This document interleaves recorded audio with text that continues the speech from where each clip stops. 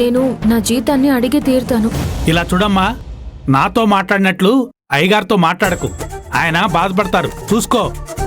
నేను అడిగి తీరుతానన్నయ్య. చెప్పిన మాట వినవు కదా నువ్వు. ఊరికే ఏదో ఒకటి మాట్లాడి కామెడీ చేయకమ్మా. కామెడీ ఏం కాదన్నయ్య. ఇప్పుడు నాకు జీతం చాలా చాలా ముఖ్యం. నేను ఇప్పుడే వెళ్ళి అయ్యగారిని అడుగుతాను.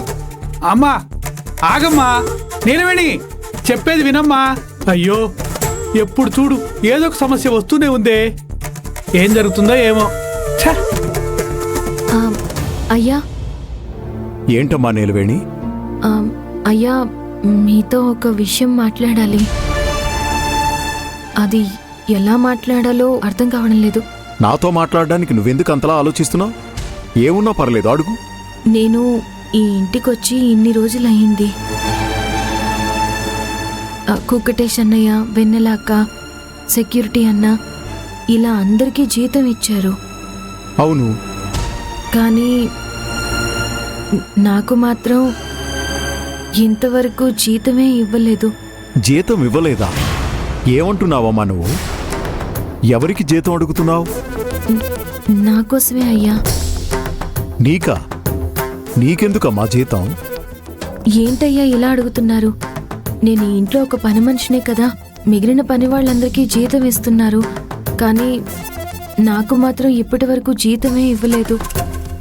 నీలవేణి, నువ్వేం మాట్లాడుతున్నావో తెలిసే మాట్లాడుతున్నావా? నీ పాటికి నువ్వొచ్చి జీతం అడుగుతున్నావు. కుక్కుటేష్ వాళ్ళు నువ్వు ఒకటా?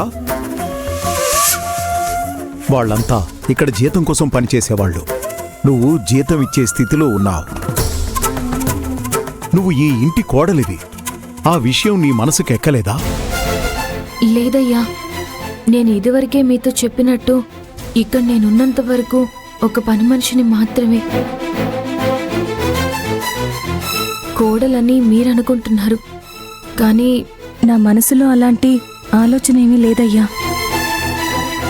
ఇప్పుడు నువ్వు ఆలోచించకపోవచ్చు, కానీ కాలంతో పాటు అన్నీ మారిపోతాయి.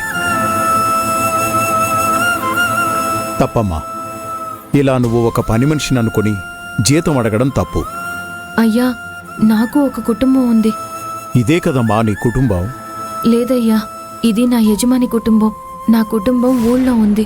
నువ్విలా మాట్లాడుతుంటే నా మనసుకి చాలా బాధగా ఉందమ్మా. ఈ ఇంట్లో కాదంబరి ఎలా నడుచుకుంటోంది, తారక్ ఎలా నడుచుకుంటున్నాడు, అవన్నీ వదిలే. కాని నేను నీతో ఎలా నడుచుకుంటున్నానని నీకు తెలుసు కదా. ఎలాగైనా ఏ రోజుకైనా నువ్వు తారక్ కలిసి సంతోషంగా ఉండాలని ప్రతి క్షణం దేవుణ్ణి కోరుకుంటున్నాను. దానికోసం నేను ఏం చేయడానికైనా సిద్ధంగా ఉన్నాను. కాని నా మొహం మీద కొట్టినట్టు ఇది నా కుటుంబమే కాదంటున్నావు. మిమ్మల్ని బాధ పెట్టాలని నేనలా మాట్లాడలేదయ్యా. కానీ ఇప్పటి వరకు నాకు అలాంటి ఆలోచనే రాలేదు. ఎప్పుడెప్పుడు ఇక్కడి నుంచి వెళ్తానా అనే ఉంది.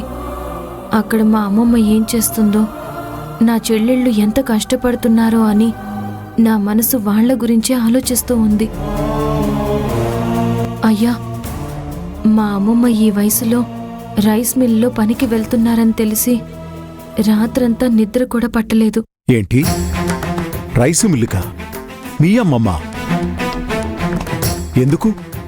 ఆవిడెందుకు పనికి వెళ్ళాలి? ఎందుకంటే కుటుంబాన్ని చూసుకోవాలి కదయ్యా. ఇంతకు ముందంటే మీ తోటలో పనిచేసేవాళ్ళు. మీరు జీతం ఇస్తూ ఉన్నారు.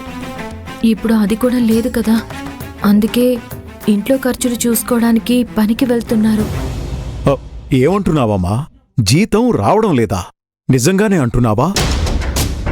అవునయ్యా, నిజమే.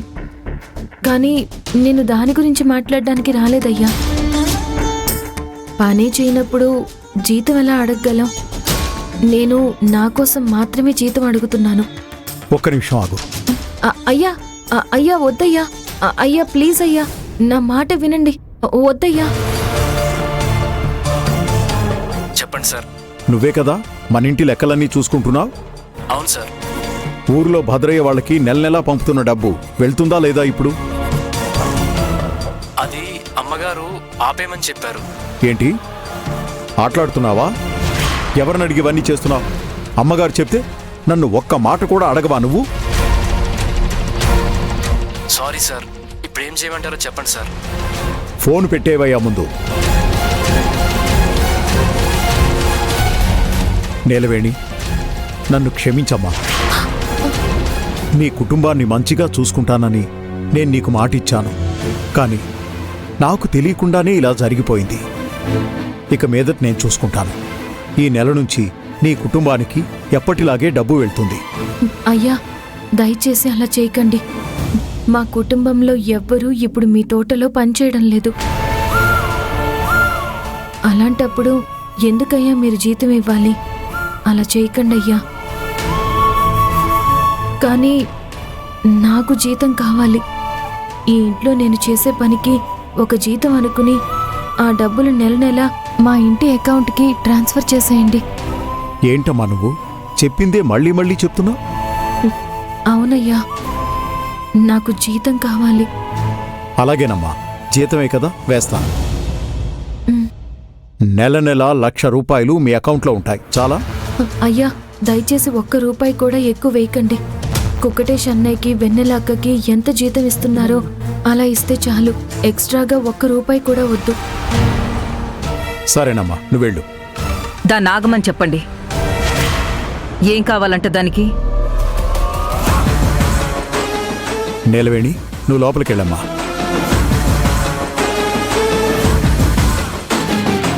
దేని గురించి అది మీతో మాట్లాడుతుంది? కాదంబరిని ఇప్పుడు దీని గురించి అడిగావంటే అనవసరంగా గొడవే వస్తుంది.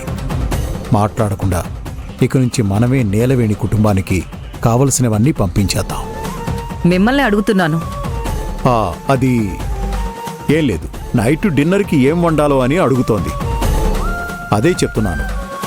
ఓహో, ఇప్పుడు వంట చేయడానికి మెను సారే ఇస్తున్నారా? ఏదో నాకు తెలిసింది చెప్పాను.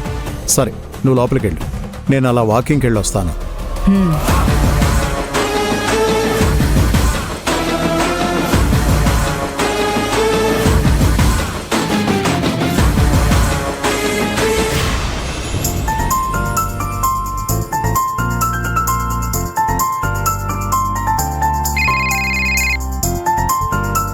అక్క, హలో అక్క.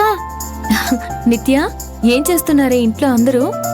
నాన్న బయటికి వెళ్ళారు, అక్క పక్కింటికి వెళ్ళింది. నేను అమ్మమ్మ మాత్రమే ఉన్నాం. సరే, అమ్మమ్మకి ఒకసారి ఫోన్ ఇవ్వు. అమ్మమ్మ, అక్క ఫోన్ చేసింది. అవునా? ఆ, ఇది వస్తున్నా. ఇవ్వు, ఇలా ఇవ్వు. ఉమ్. హలో నిలవేణి. అమ్మమ్మ, ఇక మీదట నువ్వు రైస్ మిల్కి పనికి వెళ్ళక్కర్లేదు. అదేం కష్టంగా లేదమ్మా. ఇంట్లో ఊరికే కూర్చోవడం ఎందుకని వెళ్తున్నాను. ఇక మీదట ఆ అవసరం లేదు. నువ్వు ఇంట్లోనే ఉండు. మన అయ్యగారు 20,000 రూపాయల నెల నెల జీతం వేస్తారు.